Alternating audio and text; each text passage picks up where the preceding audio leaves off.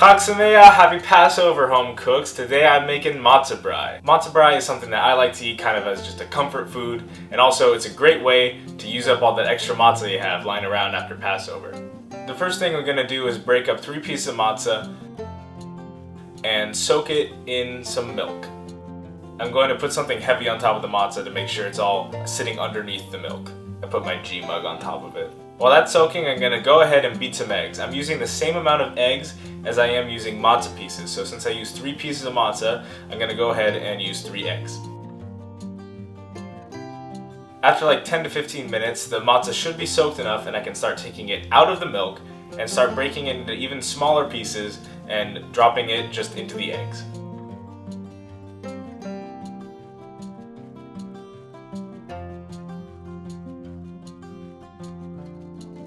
Now I can just mix them all together and start cooking.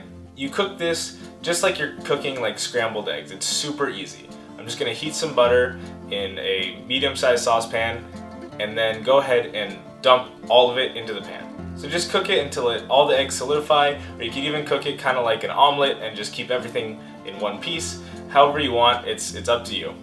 Once it's about to be done cooking, I'm also going to season it with a little bit of salt and pepper. What I just made is a really basic version of this.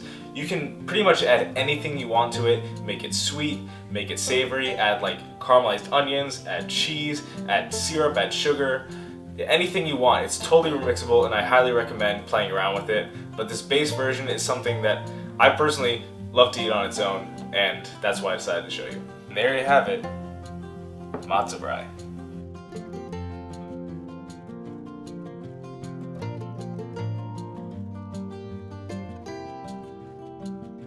Let's go ahead and take a bite.